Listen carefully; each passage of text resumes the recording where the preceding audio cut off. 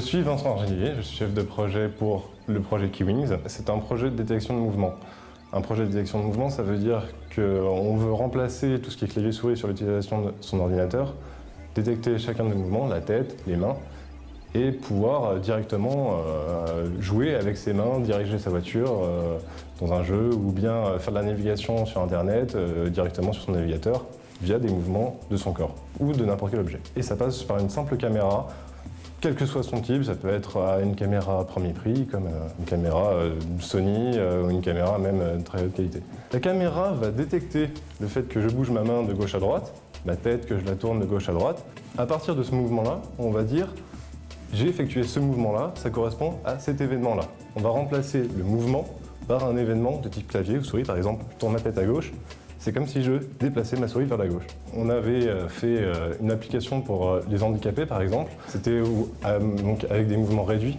Donc, par exemple, juste pouvoir tourner légèrement la tête pour pouvoir, malgré tout, dire oui ou non dans le cas de tétraplégique.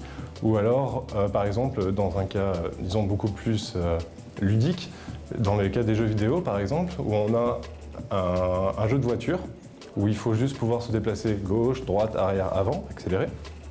Donc, en fait, on peut juste, par exemple, utiliser la tête pour dire si je me lève, si je me baisse, si je me déplace à gauche ou à droite, et bien contrôler directement sa voiture dans le jeu par ses propres mouvements de tête. On était beaucoup porté à la fin de la 3e année de notre école sur les jeux vidéo, et on s'est dit, les claviers et les souris, c'est très bien, mais on peut aller au-delà au niveau de l'immersivité dans son jeu vidéo. C'est-à-dire que bon, on reste fixe et immobile dans son jeu vidéo et du coup, on peut aller au-delà. C'est-à-dire que si on utilise notre propre corps pour jouer, bah, forcément tout de suite on rentre beaucoup plus dedans.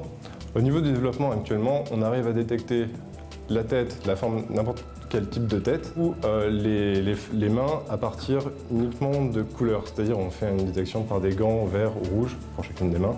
Et du coup, là, on arrive à détecter les mouvements des mains. Mais techniquement, si on prend une règle complètement rouge, la règle rouge pourra être utilisée comme objet de détection. Il faudra continuer le développement par un groupe de 3e année à Epitech pour avancer justement, par exemple, sur cette optique-là.